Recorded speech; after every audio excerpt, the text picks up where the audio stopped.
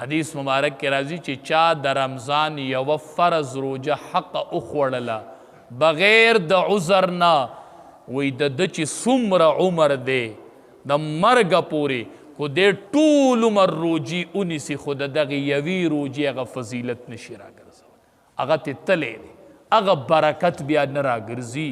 نو په معمولي عذرونو روجو ته بانی نه ګورو، کوشش کو چې الله را باندې روجي ونیسي، ځکه نه ده معلومه بل رمضان ته به روغ رسو که به نه رسو.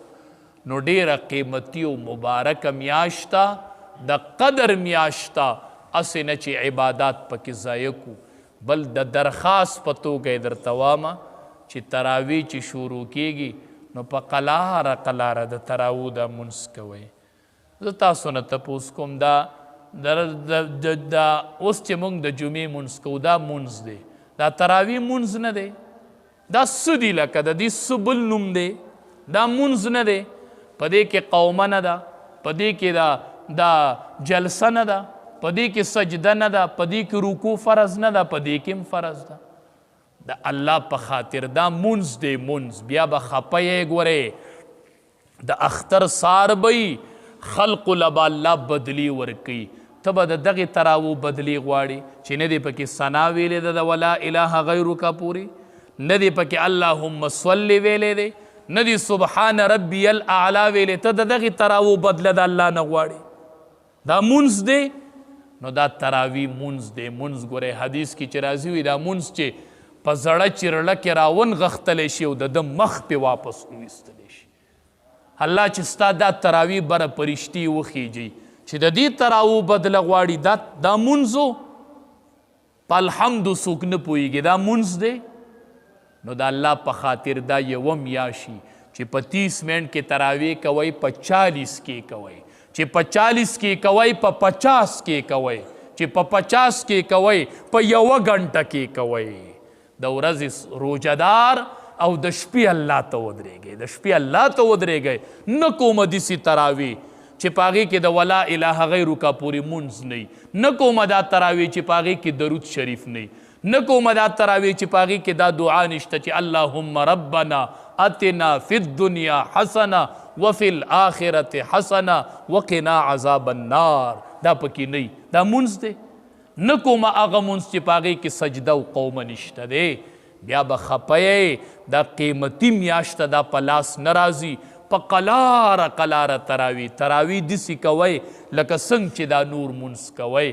بیا به پسې خپه یې، بیا به خپه یې. او د رمضان المبارک قیمتي میاشته ما ته یوې محلې والا ټلیفون کړی و، مونږ وله طلبا زمونږ یو شاګرد وله ختم کوي. ما ته وی مولي صاحب څه کال به 3 ختمونه کوو، 3 ختمونه به څه کال په روجه کې کوو. مې څنګه وی چې دا یو ختم کړي نو بل به پسې شروع کړو، یو په دې اوله عشره کې، یو به په دې منځنۍ کې وکړو، یو به په دې اخیره کې وکړو. دا اتفاق هم کړی چې څه کال پکې لنډې تراویح نه کړو، لنډې تراویح. مونږ خو چې خبر شي چې دلته ختم دی نو بل ځای جومات سې کوي چې یاره لنډې په کم کې کي، بیا په هغې لنډو کې ګورو چې دا ښه لنډې په کم یو کې کي.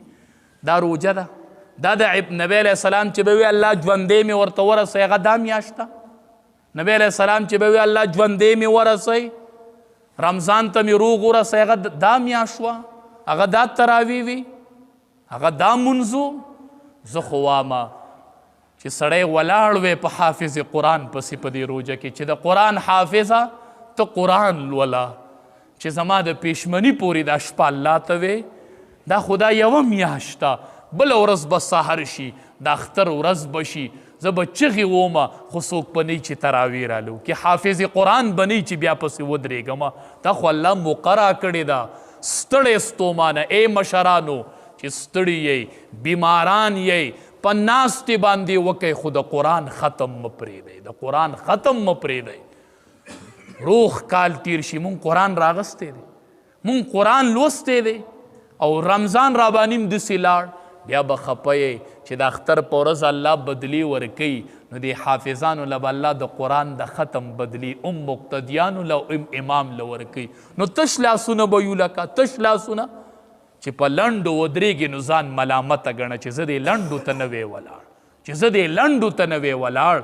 چې ما هر شپه اوږدې تراوی وکړلې نو کوشش کوئ دا مې درته درخواست دی د بوډا نه بوډا ته د لوی نه لوی ته او ای ځوانانو هسې د دې ځوانو سره به څه کوئ څه به کوئ چې قیامت کې الله تپوس کوي چې ځوانه ځواني دې په څه کې زړه کړې وه په لنډو تراوو کې مې زړه کړې وه اوږدو نه به تلمه که نه د دې وجودونو څه فایده ده بعضې بوډاګان ولاړې سړي له حیا ورشي حیا سړی په سب کې کېناستې نه شي چې دې عمر ته یې ګوري ای ځوانانو ښکلې ځوانۍ الله درکړي دي دا د اوږدو تراوو دپاره دي دا د ختمونو دپاره دي روژه کې ښکلي ختمونه وکئ او دا خبره مې یاد ساتئ چې کوم ځای ختم کوئ امام ته او قاري صاحب ته حافظ صاحب ته ای د قرآن حافظه قرآن د خلقو په ارادو باندې مه وایې ځان له خپلې تراوی د خلقو په فرمایشونو مه خرابوئ ښکلي ښکلي تلاوتونه